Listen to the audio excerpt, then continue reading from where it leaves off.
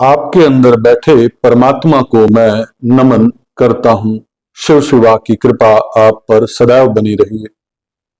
आइए शुरू करते हैं शिव पुराण की वायव्य संहिता की इस कथा को और जानते हैं कि ऋषि मुनि हमें क्या संदेश देना चाहते हैं।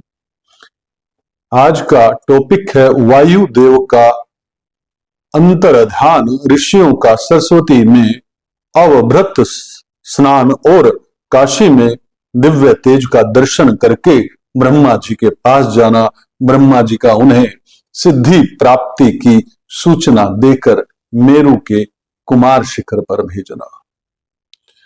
सूत जी कहते हैं कि इस प्रकार क्रोध को जीतने वाले उपमन्यु से यदु कुल नंदन श्री कृष्ण ने जो ज्ञान योग प्राप्त किया था, उसका प्रणत भाव से बैठे हुए उन मुनियों को उपदेश देकर आत्मदर्शी वायुदेव सायंकाल आकाश में अंतर्ध्यान हो गए।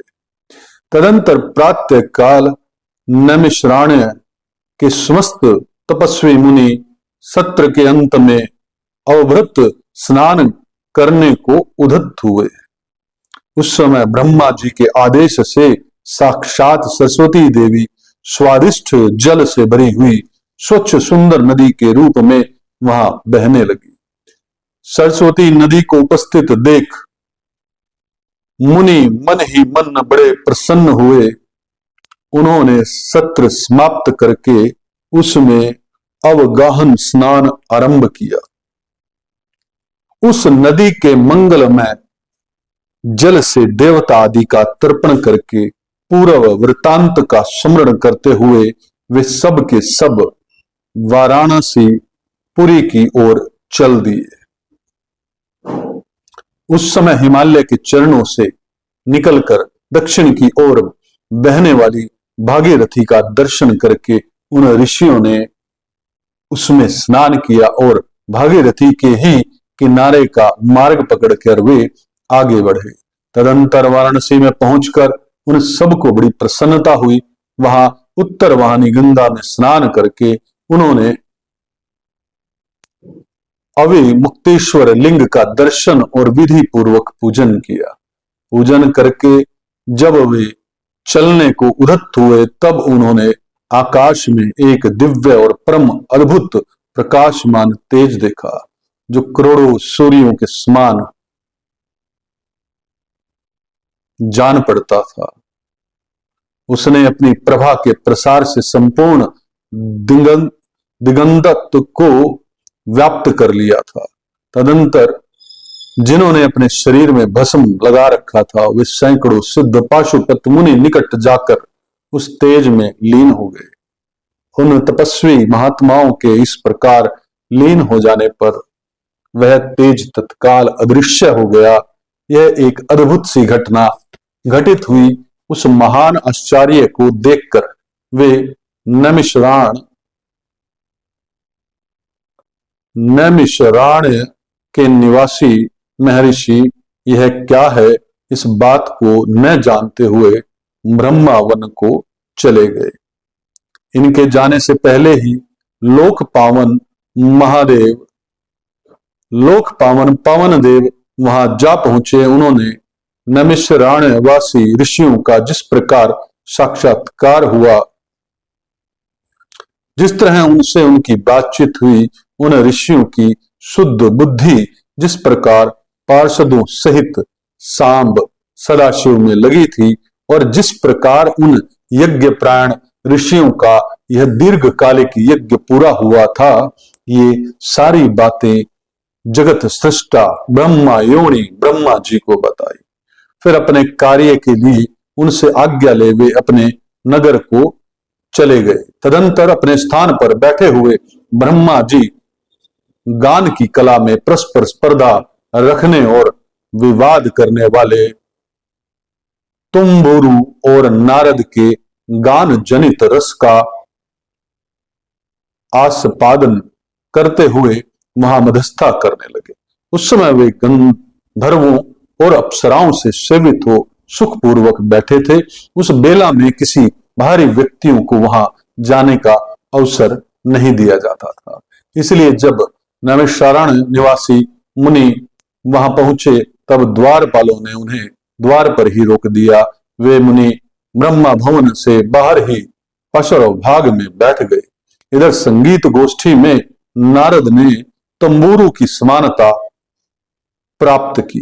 तब परमेष्ठी ब्रह्मा ने उन्हें तंबूरू के साथ रहने की आज्ञा दी। वे पारस्परिक स्पर्धा को त्याग कर तंबूरू के परम मित्र हो गए। तत्पश्चात गंधर्वों और अप्सराओं से घिरे हुए नारद नकुलेश्वर महादेव को वीणा गान सुनाकर संतुष्ट करने के लिए तंबूरू के साथ ब्रह्मा भवन से उसी प्रकार निकले जैसे मेघों की घटा से सूर्यदेव बाहर निकलते हैं। उस समय मुनिवर नारद को देखकर उन 6 कुलों से उत्पन्न हुए ऋषियों ने प्रणाम किया और बड़े आदर के साथ ब्रह्मा जी से मिलने का अवसर पूछा। नारद जी का चित्त दूसरी ओर लगा था और वे बड़ी उतावली में थे, अतः उनके पूछने पर बोले, यही अवसर है, आप लोग भीतर जाइए।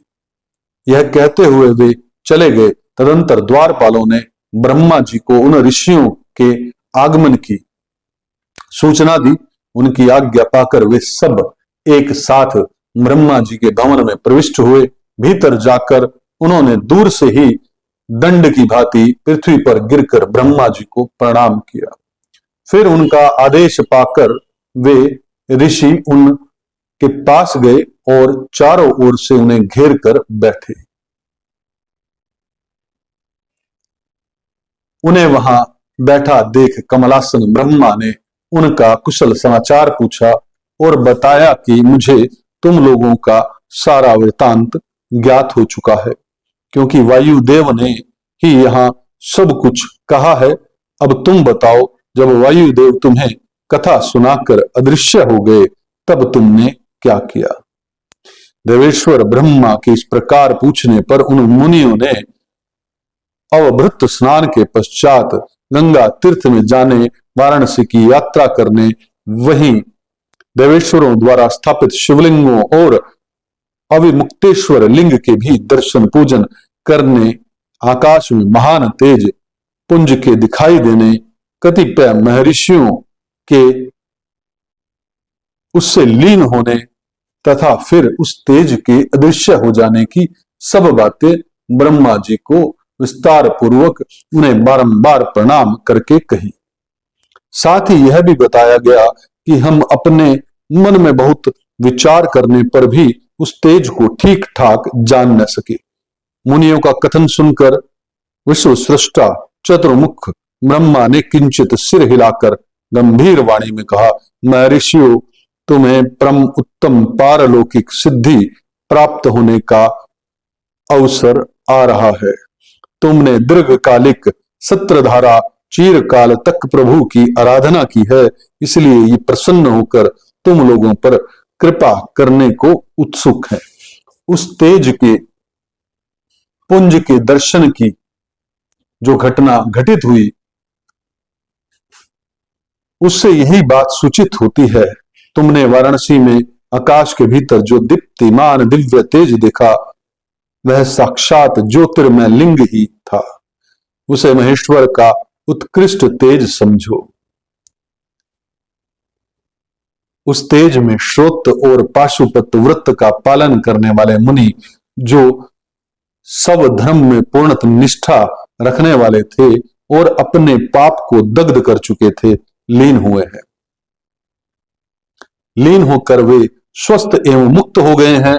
इसी मार्ग से तुम्हें भी शीघ्र ही मुक्ति प्राप्त होने वाली है। तुम्हारे देखे हुए उस तेज से यही बात सूचित होती है। तुम्हारे लिए यह वही समय नैववश स्वयं उपस्थित हो गया है। तुम मेरु पर्वत के दक्षिण शिखर पर जहां देवता रहते हैं जाओ। यही मेरे पुत्र सनत कुमार जो उत्कृष्ट मुनि हैं निवास करते हैं। वे वहां साक्षात भूतनाथ नंदी के आगमन की प्रतीक्षा में है। पूर्व काल की बात है, सनत कुमार अज्ञानवश अपने को सब योगियों का शिरोमणि मानने लगे, इसलिए ध्रुवीनीत हो गए थे। यही कारण है कि उन्होंने किसी समय परमेश्वर शिव को सामने देखकर भी उनके लिए उचित अभ्युत्थान आदि सत्कार नहीं किया। वे अपने स्थान पर निर्भय बैठे रहे। उनके इस अपराध से कुपित हो नंदी ने उन्हें बहुत बड़ा ऊंट बना दिया है। तब उनके लिए मुझे बड़ा शोक हुआ और मैंने दीर्घ काल तक महादेव और महादेवी की उपासना करके नंदी से बड़ी अनुनय विनय की। इस प्रकार प्रयत्न करके किसी तरह उनको ऊंट की योनि से छुटकारा दिलाया और उन्हें पूर्ववत सनत कुमार रूप की प्राप्ति कराई।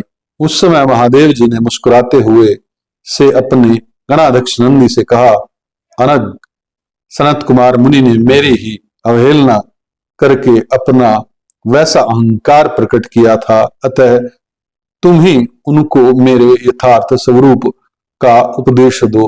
ब्रह्मा का ज्येष्ठ पुत्र मूढ़ की भांति मेरा स्मरण कर रहा है, अतः मैंने ही उसको तुम्हें शिष्य के रूप में दिया है। तुमसे उपदेश पाकर वह मेरे ज्ञान का प्रवर्तक होगा और वही तुम्हारा धर्माध्यक्ष के पद पर अभिषेक करेगा। महादेव जी के ऐसा कहने पर समस्त भूत गणों के अध्यक्ष नंदी ने प्रातः काल मस्तक झुकाकर स्वामी की यह आज्ञा शिरोधार्य की तथा सनत कुमार भी मेरी आज्ञा से इस गणराज नंदी को प्रसन्न करने के लिए मेरु पर दुष्कर तपस्या कर रहे हैं। गणाध्यक्ष नंदी के समागम से पहले ही तुम लोग सनत कुमार से मिलो, क्योंकि उन पर कृपा करने के लिए नंदी शीघ्र ही वहां आएंगे। विश्वयोनि ब्रह्मा के इस प्रकार शीघ्र आदेश देकर भेजने पर वे मुनि मेरु पर्वत के दक्षिणावर्ती कुमार शिखर पर गए। यह कथा यहीं पर समाप्त होती है और इस बुद्धि से जो भी हम समझ सकते हैं शायद वही ही समझ पाएंगे इस कथा से। हर कथा के अंदर एक गुप्त रहस्य अवश्य छुपा होता है।